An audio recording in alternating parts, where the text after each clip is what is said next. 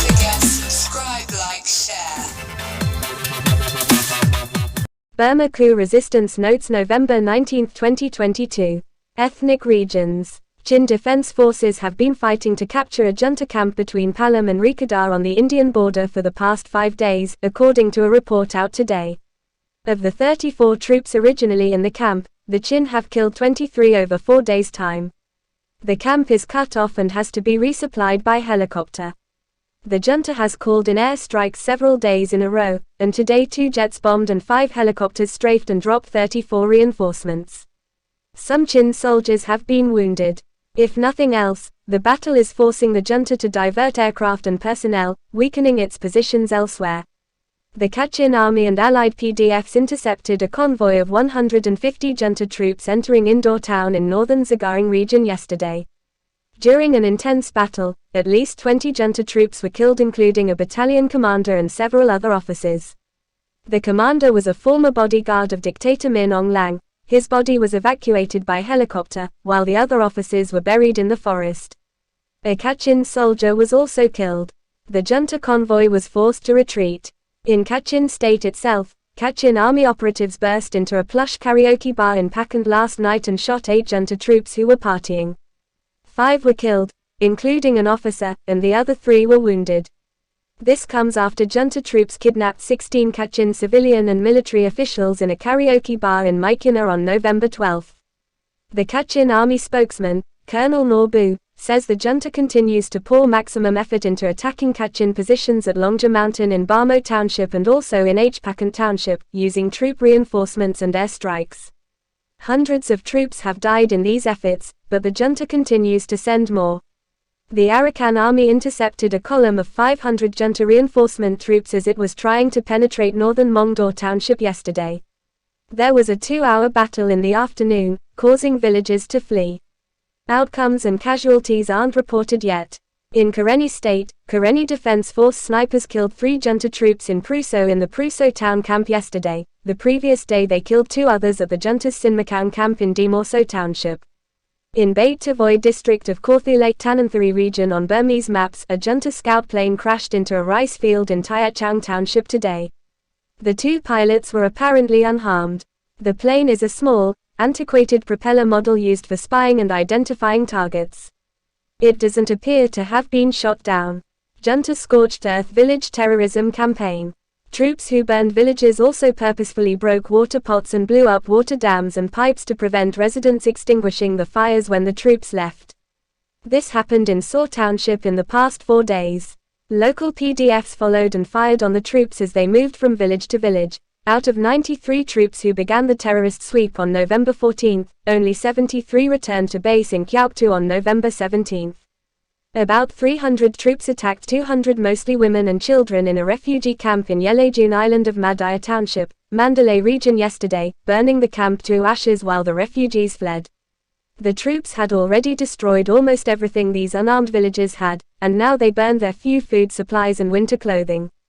Incidents like this show clearly why people decide to risk death to fight the junta rather than try to live under it, which is impossible. Yesterday troops began burning Panglakone village in Kinu Township, Sagaing Region, then camped there, and today continued the burning. In Sagaing Township a terrorist gang of 300 troops burned Taungyan and 2 other villages yesterday.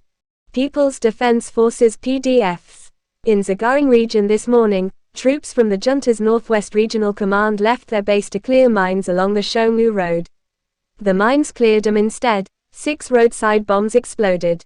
The number of dead isn't known exactly, but 3 cars were required to carry the bodies. A PDF closely observed 6 junta guards at a religious school in Myanmar town last night. Towns are junta strongholds. As the guards were drinking alcohol, the PDF fired 40mm grenades and killed 4 and wounded the other 2. In Shwebo Township, local PDFs detonated bombs outside a junta Paiu Sorhati terrorist camp at Kaur village yesterday morning. When the junta operatives emerged from the camp to counterattack, they were blown up by another set of bombs, killing 3 and wounding 10 others. A crony liquor factory in Shwebo town that is owned by a retired junta officer receives armed protection from junta troops. Last night a PDF fired on them with locally manufactured mortars. Damage isn't reported. Junta propaganda outlets boasted that its success in raiding 6 PDF camps in the Tamu area of Sagaing Region recently was enabled by information from junta soldiers who infiltrated the PDFs and acted as spies. Photos show well-built facilities in the training camps. No PDF soldiers were captured in the raids, but some equipment was lost. In Magway Region, a PDF bombed a 2-vehicle convoy in Min Aung township yesterday. 3 roadside bombs damaged one of the vehicles and killed 7 troops and wounded others. The troops then kidnapped 30 civilians from a nearby village as human shields. Also yesterday, another PDF set off landmines under a junta foot column of 40 troops coming out of Pakoku to clear the road for a convoy. 9 bombs killed 7 troops. The survivors then kidnapped 10 villagers as human shields. In Pakoku town, PDFs fired 40mm grenades at junta troops stationed at Pakoku University yesterday, killing 5. In Mandalay Region, a PDF in Myeongchun township mined a road ahead of the passage of 40 troops clearing bombs in preparation for a convoy. 6 bombs killed 15 troops and wounded 6. The remaining troops then began shooting the guns ineffectually.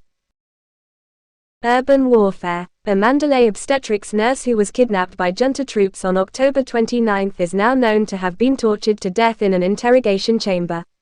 4 other health professionals were kidnapped at the same time, accused of being the source of a truckload of medicines captured by the junta on its way to PDFs in Sagaing and Magway regions. The fate of the other 4 isn't announced yet. A local junta administrator Payu Sorhati terrorist was assassinated in Maharong Mai township of Mandalay today. More urban destruction is reported from Pai town in Bago region, where the junta has ordered 400 shops removed and bulldozed in a market district. The urban destruction pattern has now been repeated in 2 Yangon townships, Mandalay, Payanu Lawin, and now Pai. Political and economic. Burma's National Unity Government opened an embassy in Washington, D.C., capital of the USA, yesterday. Burma's UN ambassador Ukyor Motun was present for the ribbon cutting.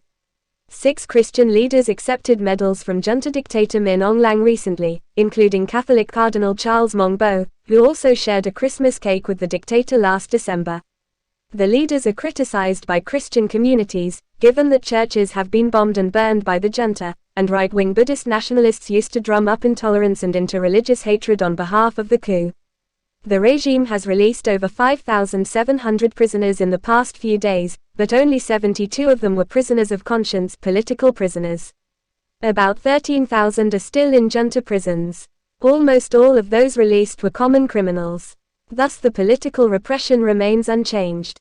Both the Indian and Cambodian governments have favored Burma's illegal military regime with high-level official visits recently, gushing over the prisoner release and promoting business as usual between the countries. Russia, unsurprisingly, also sent a delegation to sell more weapons. Don't forget, subscribe, like, share.